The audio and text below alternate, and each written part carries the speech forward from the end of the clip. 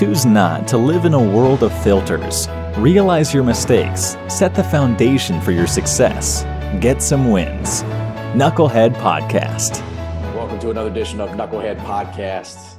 We've got with us today a little bit of a treat for you. I say that every time. It's because every time we have guests on, it is a little bit of a treat for two reasons. One, you don't have to listen to me run my mouth the whole time. And that should bring a smile to your face. The second reason why that's a big deal is because the person who's going to be running their mouth on the other side of the camera has got something really relevant to tell you. I'm excited. Listen, culture stick. If you're near Austin, Texas, and if you're not, get near a computer and get in touch with Culture Stick. We got Sean Allen with us. Sean Allen. Thank you, sir. United States Air Force. A number of different businesses. I don't even want to get into all of his background. He can do that for you. But Sean, welcome to the show, buddy. How are you? Hey, man. Thank you for having me. It's good chatting with you before we got on, too. Yeah, for sure. Doing good. I love it. So are you you hail from Texas? We call Texas home. So, you know how the old saying is, we're from Louisiana. My parents are, but I was a military brat. My dad he's retired. He's retired one-star. Okay. And, that's a whole nother dynamic there because I grew up during a time where, a lot of the generations know who General Powell was and Schwarzkopf and those kind of figures, and I was around them. But so we're from Louisiana, have roots in Louisiana, but my mom, my dad, and myself, we live here in Austin. My sister lives in Delaware, but I think she'd like to come here to Austin. She just built her tribe up there. So, well, speaking from somebody who lives in Austin also, I think that one of my buddies has a screen printing business that has Austin, Texas, Austin city limits, population full. So yeah. Stay away. But a distance. Just keep them out. There's too many coming, but no, it's a good thing. Fun. It's a good, vibrant economy. That's for sure.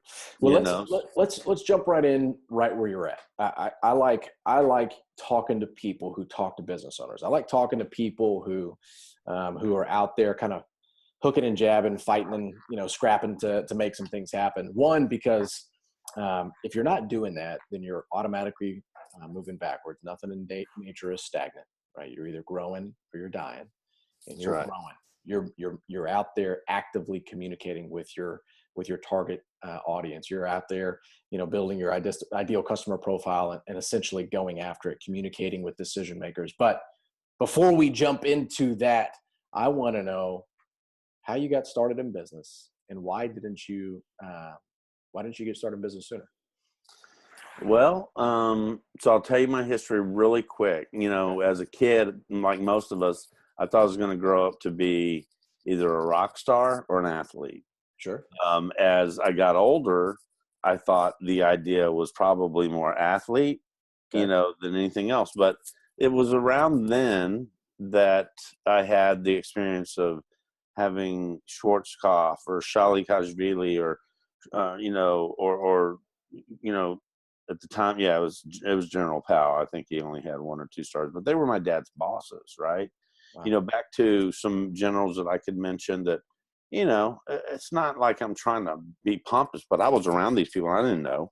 Sure. My dad was in the War College. We had Newt Gingrich in our house. I didn't know that at this time, but I was that curious kid that sat on the stairs and listened and was thinking, wow, we're talking mission, vision, values. But I thought about it outside of the military concept of owning your own business. Right. And running a business. Now, I'm probably a lot like most kids, in my generation, we had paper routes. I think you said you had a paper route. Didn't you? No, I did not. I was in farming and I thought you told me you had a paper route when you were young. No, and so we mowed lawns and I did that. I did a boatload of that for sure. I mean, oh man, we just did anything for money, right? Yeah.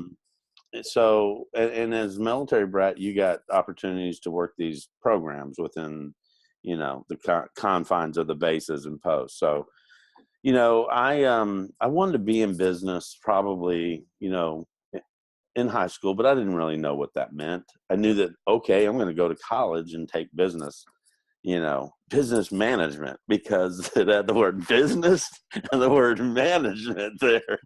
That was my only concept of those are the choices right there. It's not a multiple choice type thing. Dude, it's like, okay, it's got both of them. I'm good. To tie it into this podcast, knucklehead decision was, I'm going to go into business. All right, management. Let's stop for just a second. Okay, so for those of you who are listening, who are still evaluating what you want to study in school, take this as a lesson, right? There is more to the criteria in terms of evaluating a decision other than marketing. Right. You've got business and management that consisted of his decision to move forward. Apply some more logic there, and maybe insert some more criteria and then move forward. So take it from Sean. First lesson. Right. Here's second lesson. Knucklehead move. Joined a fraternity and it was just a blur. Yeah. So business management turned into being academically suspended, and that's fun. And then I went to that safety zone of work. And I went to work for Kmart. Do they even have Kmart still? No. I don't think they do. I think maybe there's some over on the East Coast, but went to work for Kmart and, enjoyed working. I was always really good at what I did. And then I went to work for an airline, and it was a little small commuter airline within Louisiana. And I got married really young, and then I went into the Air Force. So, but I had a different discipline than most kids. Yeah. My dad was like, the Great Santini, if you've ever seen that movie with Robert Duvall. Okay. We got up at 5:30 in the morning and ran PT with the battalion. And then we were home, we were done with the chores, and we did everything. Yep. My dad, I'm not exaggerating, my dad would come in with his white glove and inspect. Our stuff had to be folded 6 inches, just like it was when I went into basic training. So when I was in the Air Force, I said, I need to go back to school. I went and I knew I wanted to own some kind of business. I think two things that I want to pause you on. And one is, before you get into that, because I know I asked you about why didn't you get started in business sooner. It sounds like what I'm hearing is there was a little bit of time and service that may have actually proved to be the reason why you started to kind of look for a reason to go start your own business. But I think that in today's environment, today's culture, what you talked about with your father raising you the way that he did, I sense a lot of anti-establishment, anti-authority. I don't want to follow instruction. I'm going to be my own boss. I'm going to love me. So that's the reason why I'm going to go start a business, is I want to do what I want to do versus what somebody else tells me to do. I have to ask you, without even you elaborating a whole lot, how much did you struggle with it? Did you struggle with it? And I'm talking about authority here. And how did you get over your issue with authority?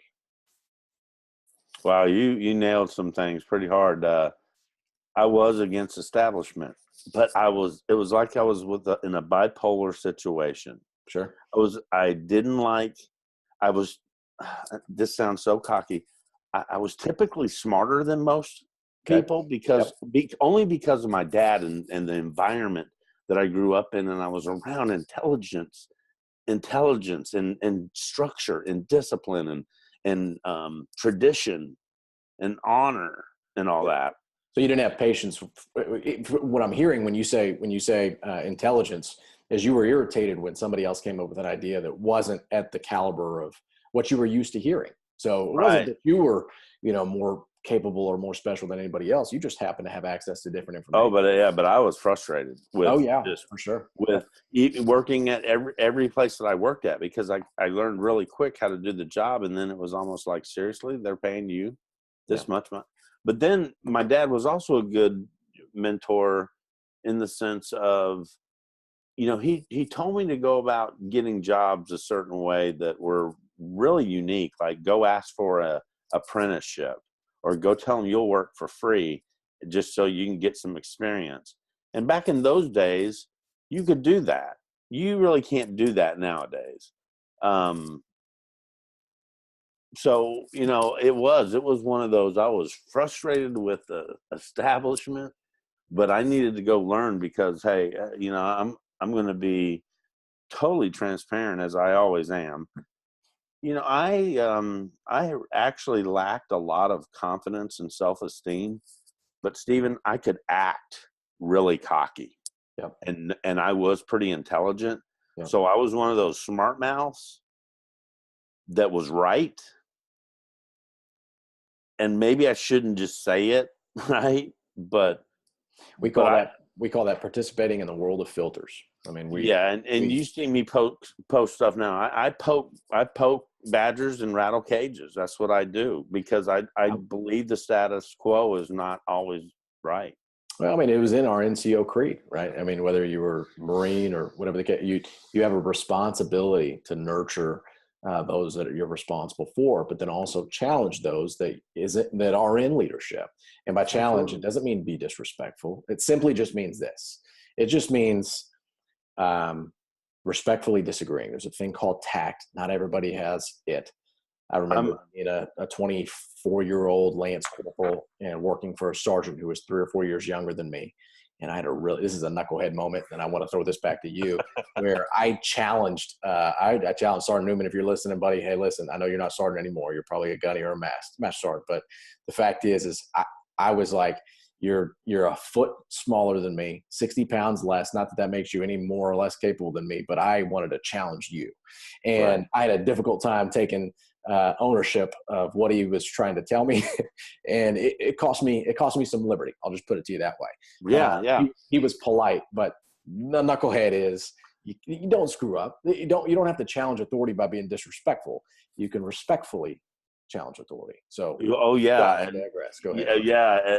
In fact, I have a friend of mine who's, he's got a sports gear line and he's changing the name of one of his lines, or he's starting a new line. And he called me and he said, I'm naming it after you. I said, what's the name of it? He goes, Respectfully Rebellious.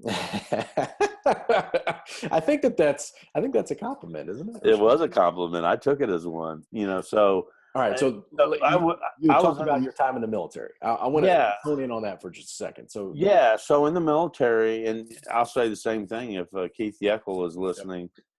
I was 20 years old, and I could have either went the rebellious way, or I could have went the goody two shoes way. But there was no middle road.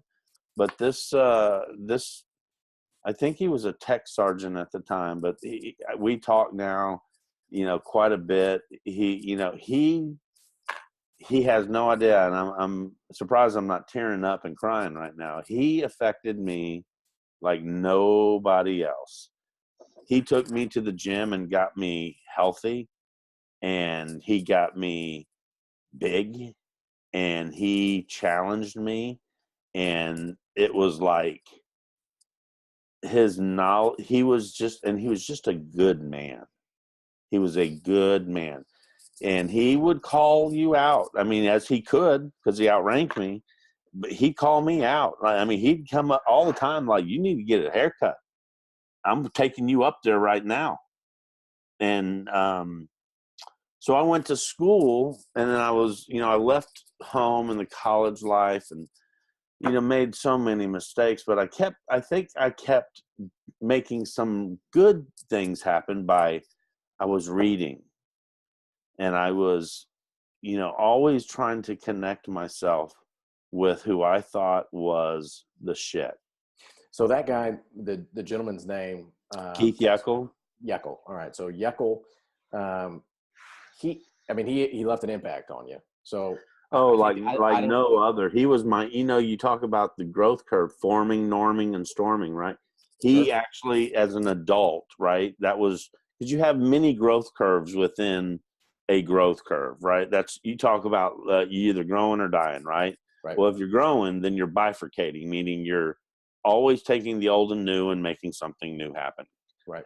I was a new adult and married and overseas, but used to being, traveling with a wife who was not. And he influenced me like no other. I mean, it was, I could have just went a total different direction, I don't think it would have been good.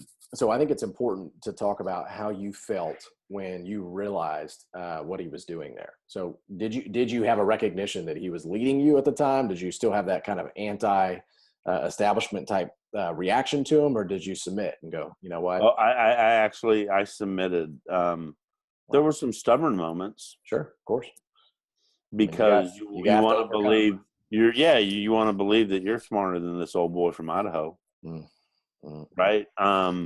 That he didn't grow up in the lifestyle that I had. I know about more. I got more military in my pinky than you got in them stripes. And those were bad moves. No. Bad moves. Hey, almost, and I don't mean to offend anybody on this show. It's almost like the prayer of Jabez. He was not there to harm me. He was there to grow me. He was there to widen my territory. He was there to teach me everything I needed to know about being an air cargo specialist and being out there and inspecting y'all's loads, because y'all are knuckleheads, y'all are jarheads, and y'all don't listen to instruction unless it's always easier to ask for forgiveness than it is. Okay? Right? Always easier to ask for forgiveness than it is. T-Point out in Okinawa and Medina. Man, hey, listen, I'd love to hear. I want to hear what I want to, before we, the reason why we had you on this podcast is not because of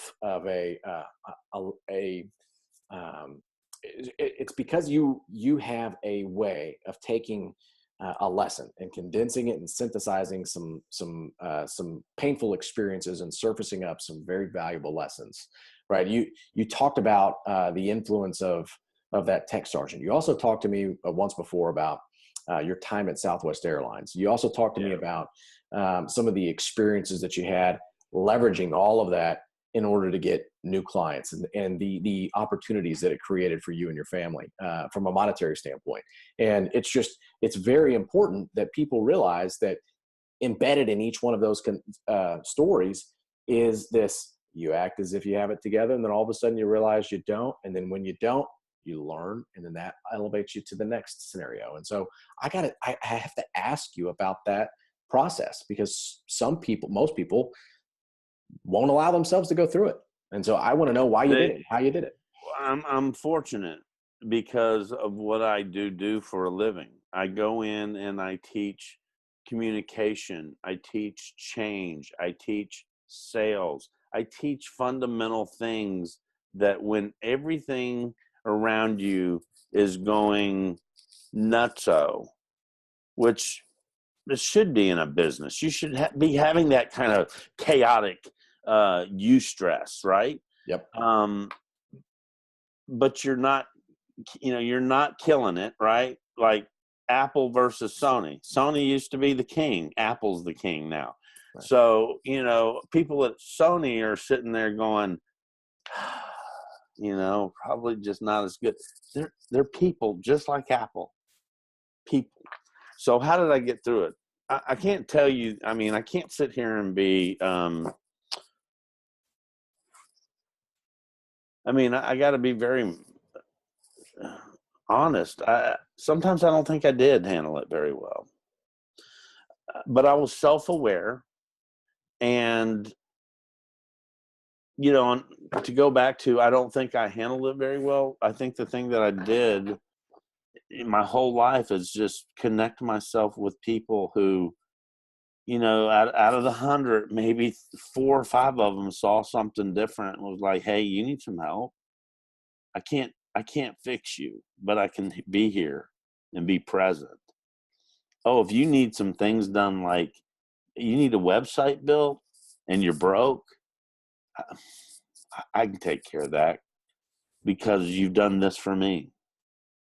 Or you've done so much for me, you don't even have to ask, right? So I can't really say, and I don't know if that was the answer you were expecting. The other times that I came out of it were knowing that I was in the belly, and I needed to, and at 52 years old, I will say, the best advice I could give any business owner or just anybody in life is always go back to your basics. Opening doors, pulling out chairs. Those are basics. Yes, ma'am. No, ma'am. Those are basics. You know, the F-bomb being dropped all the time and in podcasts and shows, and then trying to excuse it because it, you know, the generation accepts it. That's not a fundamental. You know, the fundamental of blocking and tackling, whether it's in sports or in business. And so I don't know if I answered that question right, but it was always. No, you exactly did. What you did is you gave the answer. It's the basics. So how did you navigate the storm? The basics. It's interesting. I just talked to somebody a little bit earlier today, and they were telling me they were a Coast Guard, right? And their senior chief, I think it's the senior chief. The senior chief told them to jump over, man overboard drill. They were out in a bay, and the Coast Guard lost them, right, for a period of about 10 hours. They literally jumped in the water about 1600, and they did not get found until like 01 the next morning, right? And so it was unbelievable hearing this story and him being such a junior grade. But he was just like, you know what? I understand that these things happen. And, you know, and it was just kind of like he was haphazardly just going through a story. It was an amazing story to me because I'm like, how did you not lose your mind? He's I know, exactly. Terrified of sharks. And he's like, and I'm like, the whole thing, I'm like, how are you doing this? But he's right. You know what he did is he is like, I kept my head above water. I rode the waves as the water did what it did. And when I noticed there was, you know, planes going overhead, I released my flares. And he talked about it like it was no big deal. And it's like, you just went back to the basics. Same answer you just gave. The basics literally will save. And I think this may connect with people if I could say this. Yep. And going back to the basics is also going back to humbling down. And, you know, for those of you, and I speak for men too, mainly men. Hey, man, crying sometimes that releases a lot of tears of just crap that you need to release. So don't think it's unmanly or, you know, that it's just not cool to cry this stuff out to friends. I don't care what people say out there. I don't care what the memes say on Facebook and Instagram. If people want to help you, take their help. Be humble. Because you know what? If you were in a position to help somebody and you wanted to help them and they didn't accept it, it actually kind of makes you mad. So it is what it is. And you never know. That help could get you to a position where you could help many others. Absolutely. And that one person that helped you, hey, we get help every day. Yep. Every day. That's the truth. Well, you just talked about two people, well, multiple people, but specifically two people that left a big impact on you. That was your dad, and that was that tech sergeant. And they literally set the foundation for you to be able to. And I worked for Herb Kelleher. That was another big. And I worked for a guy, Terry. Yeah, and again, I just got lucky when I was started consulting a consulting company. Yep. I got to work around the leaders at Lockheed Martin and the leaders at Phelps Dodge and the leaders at Bell Helicopter, all these different industries that just, I was around the best leaders on our planet because if you looked at who was number one, okay, McDonald. So I worked with Northrop Grumman and we worked with, I worked with Boeing. Yep. Name them. We are the best, the oldest glass making company in the world. So I don't want to say I was lucky. There was an element of luck, but there was a drive to always go towards the best of the best. Well, you have preparedness and you have timing. When those things come together, you have success, right? And so you really do. That's what happens. So I'm curious. All right. So Culture Stick, because we're going to wrap with this. So Culture Stick, it's your consulting business. It's in Austin. You share with people leadership training, sales techniques, sales training, communication strategies. How do people get in touch with you? How do people find you? How do people know where to go if they want to talk to you? Well, the easiest way right now is through Facebook. I have a Facebook page, Culture Stick, and you can actually, connect with me as well on my personal page. My website will be up. I am actually revamping it after I'm one of those that had a website since 1990 or whatever, and it served. It's due for an update. It's due for an update. I'm due for an update, and I'm making some tweaks. And I don't want it to go live, and have all these things not done. And so, can people get in touch with you? At your email address? Yes, it's S Allen ALLEN at culture dash, with a little dash mark, stick, STICK. So, .com. And we have a workshop coming up next Tuesday. Nice. Had one about a month ago, and nice. Have it right there in the middle of Austin, over there off 360 and 2222. Well, we call that the belly of the beast. That's what we call that. So Austin, Texas, right in the heart of the great country of Texas. That's right. We need to go get some barbecue, brother. Yeah, man. I like it. Hey, listen, guys, we heard it right here. Back to the basics. What does the basics do for you? Sean shared with you a couple stories that I think that are very valuable. Sean, I appreciate your time. I appreciate you sharing some of those experiences, because when you're around successful individuals, when you're around a high caliber of individual, if you're not careful, you can start to associate yourself with their success, not understanding that they have just been disciplined in the basics for such a long period of time that it seems as if they're just leaps and bounds ahead of where you are. So if that's you that's listening, if that's you that's maybe that's struggling a little bit with somebody else who's outperforming you, just remember, if you go back to the basics and you go back to the basic fundamentals, two things will happen. You'll have a new appreciation for what it is that you're doing. You'll have a new appreciation for how much other people have been able to succeed. And then all of a sudden your attitude will start to change, and you'll start to get yourself some wins, and you'll start to put yourself out there and regain some of that confidence back. So Sean told you how to get in touch with him. If you need some support, if you need some help, you need some business help, he's the guy to talk to and turn to here in Austin. You can always get in touch with us, Knucklehead Podcast. We are on Instagram. We're on YouTube. We're on Facebook. We are on email. You can get in touch with me. And listen, if you're out there, you're struggling with a couple things that you have some personal issues with, don't hesitate to reach out to us. If you're if you got some mental health stuff going on, whether you're in sales, you're in business ownership, you're a transitioning veteran, you're active duty, or you're a dependent, whatever the case may be, you got some issues right now, here's where you got to draw a line in the sand and get back in touch with us. We're not going to solve your problem for you, but what we will do is listen, because we can empathize. We've been there, done that, and we can help you move away from some of those challenges. So we're excited for you out there. Remember, don't be beta about the process. A beta is a follower. Not that that's a bad thing, but you got to be able to lead yourself. So you first of all got to go out and get some wins, set some iterative steps, and go out and make it happen. So we appreciate you. Sean. Thank you, man. That was the best show I've ever been on. I am not kidding. Great. Thank you very much. You bet, guys. Hey, we'll talk to you soon.